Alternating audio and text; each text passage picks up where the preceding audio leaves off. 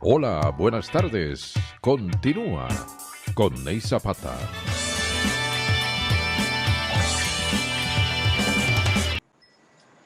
Efectivamente, hoy tenemos un invitado muy especial, un gran amigo. He compartido con él muchas veces en el Centro León y he aprendido mucho en este quehacer de la comunicación. Hay que estar siempre actualizándose y con él yo he aprendido mucho.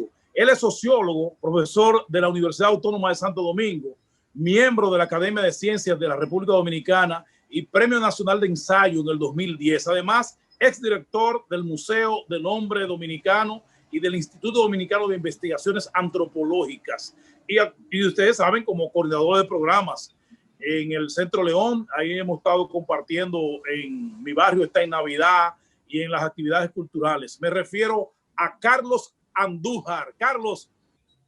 Bienvenido, Ney. Muchas gracias por hacerme compartir este momento con tu público. Estoy muy orgulloso de estar a tu lado. Como bien dice, hemos hecho cosas juntos y mi afecto para ti es igual que el que tú tienes para mí. Y naturalmente, en este momento no estoy en Santiago, también estoy ahora como director general de museos del Ministerio de Cultura. Y por eso me comprometí contigo a trabajar esta parte virtual, porque no estoy en Santiago, estoy en la capital en este momento. Muchas gracias de todas maneras por tenerme dentro de la lista de tus amigos y de tus acompañantes en tu programa tan importante, tan visto. Yo sé que con ver tu rostro mucha gente se siente identificado por el trabajo que tú has venido desarrollando aquí en Santiago, pero sobre todo ese conocimiento acumulado en los años con la facilidad de expresión que tienes, que puede llevar a otros para que uno se pueda ir alimentando, que es la experiencia que nosotros hemos tenido, Carlos. Tú sabes que en medio de la pandemia hemos concebido un programa donde podamos mantener viva esta tradición del carnaval, respetando el distanciamiento y las reglas que han establecido. Y en principio parecía como que esto como que era una aventura. Sin embargo, no hemos dado cuenta de que esto nos permite poder traer mucha información a la gente de manera directa, porque estamos aprovechando también estas plataformas digitales, como tú acabas de mencionar. Ciertamente, para el diálogo, la virtualidad ha sido un descubrimiento, ¿no verdad?, para mantener el intercambio de los seres humanos. Lo que nos ha faltado en este periodo de la pandemia ha sido el contacto físico. Y tú sabes que el ser humano es un ente profundamente gregario. Y gregario quiere decir asociado. Está el carácter social de la naturaleza humana, que lo hace casi obligatorio compartir espacio y compartir momentos con los demás. Pero la virtualidad nos permite eso mismo, aunque sin el contacto físico. Aquí lo más dificultoso sería cómo en febrero desafiamos la pandemia. Yo creo que ese es el tema fundamental. Yo tengo próximamente un conversatorio de Dagoberto y yo, Dagoberto Tejada y yo, sobre ese tema en el Centro Cultural Banreserva, en la capital, de una exposición que Dagoberto ha estado ejerciendo la curaduría de fotografía del carnaval, y precisamente ese es un tema que debe ser motivo de diálogo, porque en el Ministerio de Cultura también Giovanni Cruz ha estado hablando de cómo el carnaval también es una catarsis, porque en medio de toda esta crisis emocional las catarsis son importantes, es decir, buscarle un mecanismo para sacar esa tensión que nos produce el encierre, el enclaustramiento de la pandemia, pero siempre sabiendo que hay un alto riesgo y que hay que tomar medidas, ¿no? Eso es un poco lo que está sobre el tapete, sobre todo con una actividad tan importante como la y tan masiva como la del carnaval. Eso es así. Precisamente tú mencionabas a Dagoberto explica que el carnaval, bueno, Santo Domingo no ha reivindicado el nombre como que son los originarios de las primeras manifestaciones de carnavalesca en nuestro país, en los 1900 y tanto. Sin embargo, establece que ha tenido varias rupturas y nosotros en la transmisión hablamos la más cercana que tenemos, que cuando Trujillo, el tirano, impedía esa celebración. Sin embargo, el carnaval no es la primera vez que tenemos una interrupción como esta que estamos viendo ahora con la pandemia. No, lo que pasa es que las otras interrupciones no han sido forzadas por circunstancias naturales, de fenómenos naturales o sanitarios, como el caso de la pandemia, sino por decisiones políticas. En 1540 y pico fue prohibido el carnaval porque se consideraba muy obsceno y de muchas críticas a las autoridades coloniales de la época. Y en distintos periodos, precisamente por el carácter crítico que tiene el carnaval, ha estado prohibido. Balaguer en los 12 años, controlaba el carnaval porque entendía que era un espacio público de alto riesgo en medio de una situación cuasi explosiva, que cualquier detonante podía producir un estallido, un descontrol, y entonces había un control político y militar y de seguridad en el carnaval.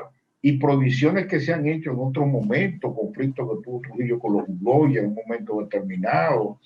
Es decir, el carnaval por su esencia libertaria, profundamente crítico, porque es uno de las miradas que tiene el carnaval, el aspecto crítico, la sátira social y política, porque si eso falta, que cuando el mundo se pone al revés, entonces le deja una especie como de censura al carnaval. El carnaval tiene que tener, por su propia esencia, una dimensión de sátira y de crítica social.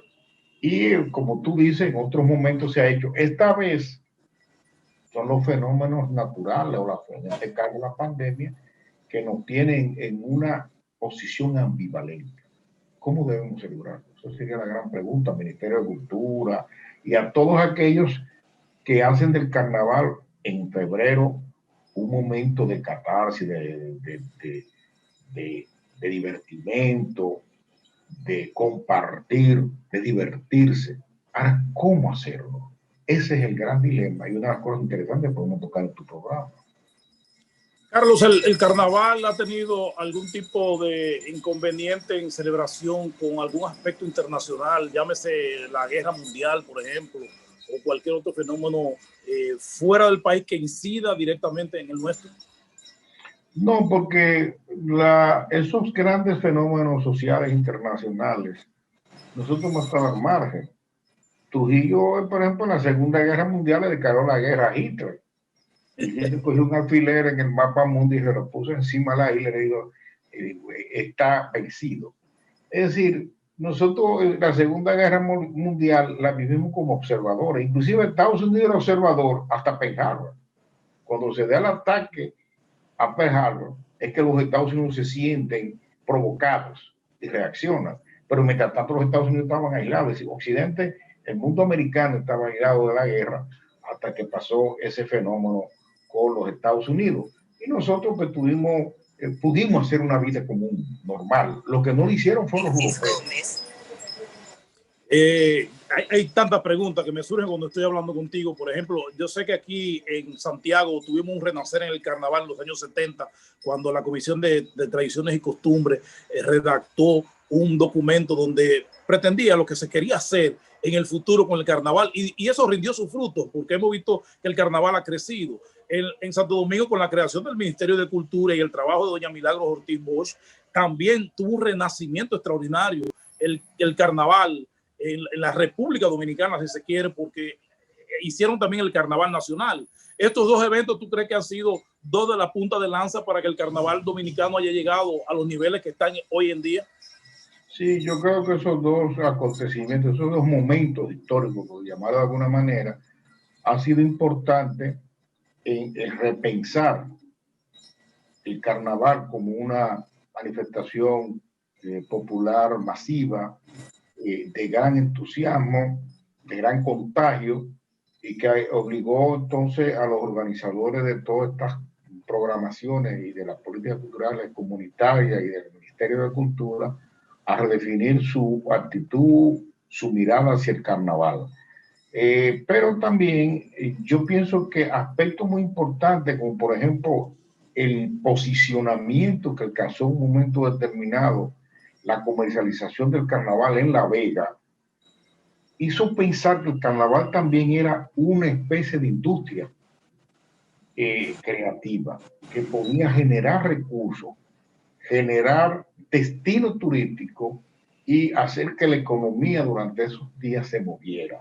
Y eso comenzó a crear una especie como de contagio. Santiago no ha querido, sino a su manera, involucrarse en esa especie de comercialización del carnaval para evitar que esa comercialización también opaque la dimensión tradicional y la identidad del carnaval auténtico que tiene Santiago. Pero indudablemente que todo eso que tú me dices, junto con lo que fue el descubrimiento del carnaval como industria creativa y un recurso adicional en la dinámica de la economía de los pueblos, generó entonces lo que Dagoberto llama en un título de su libro, Carnaval de Carnavales. Sí. Posiblemente nosotros seamos de las islas con más carnaval en toda América. Y aquí hay 70 carnavales que se celebran en distintos lugares. Es un tema muy interesante para los estudiosos del carnaval dominicano. Me gustaría ya puntualizar, ya que tú mencionas todo el Caribe. Hemos visto, por ejemplo, en Cuba, una similitud con el carnaval nuestro. Y así la música tiene un seguimiento desde África, cruza por el Caribe y todo como que somos uno.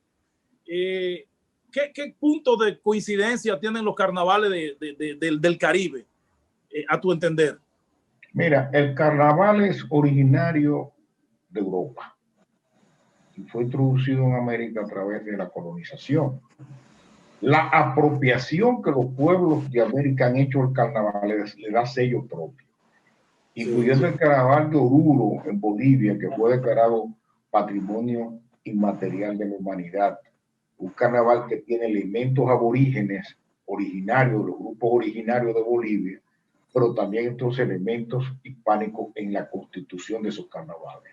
En el Caribe, por haber sido el Caribe un enclave de plantaciones cañeras y un dominio de la presencia de los grupos esclavizados que vinieron a trabajar la caña de azúcar, pues hay un toque en el carnaval caribeño de una fuerte rítmica, sobre todo en la parte musical y en la constitución de muchas comparsas de tradición africana.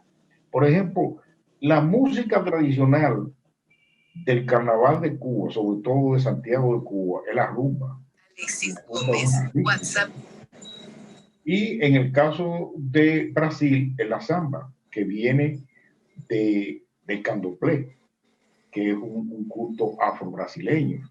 Lo que quiere decir que en estos países la presencia africana en el carnaval, en todo el Caribe, es colorido, muy encendido, rítmica, cadencia, que es la participación danzaria, y la diversidad de las comparsas que expresan los elementos constitutivos de las identidades del Caribe. Entonces ahí aparecen los negritos, ahí aparece la esclavitud, ahí aparecen muchos elementos como comparsa. La roba la gallina, por ejemplo, que es una distorsión grotesca de una figura popular, pero hecho con una intención de burlona y al mismo tiempo crítica, que hace que los senos y los glúteos sean pronunciados para representar esa africanía, por ejemplo, de ese personaje popular.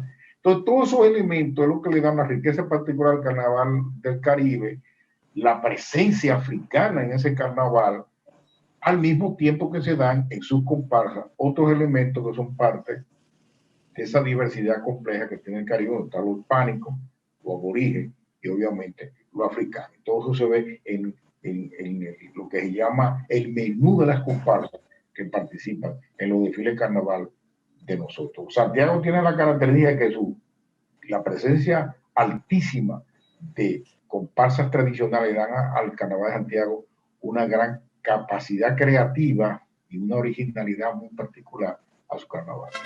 Todavía queda más. Una pausa y regresamos en breve.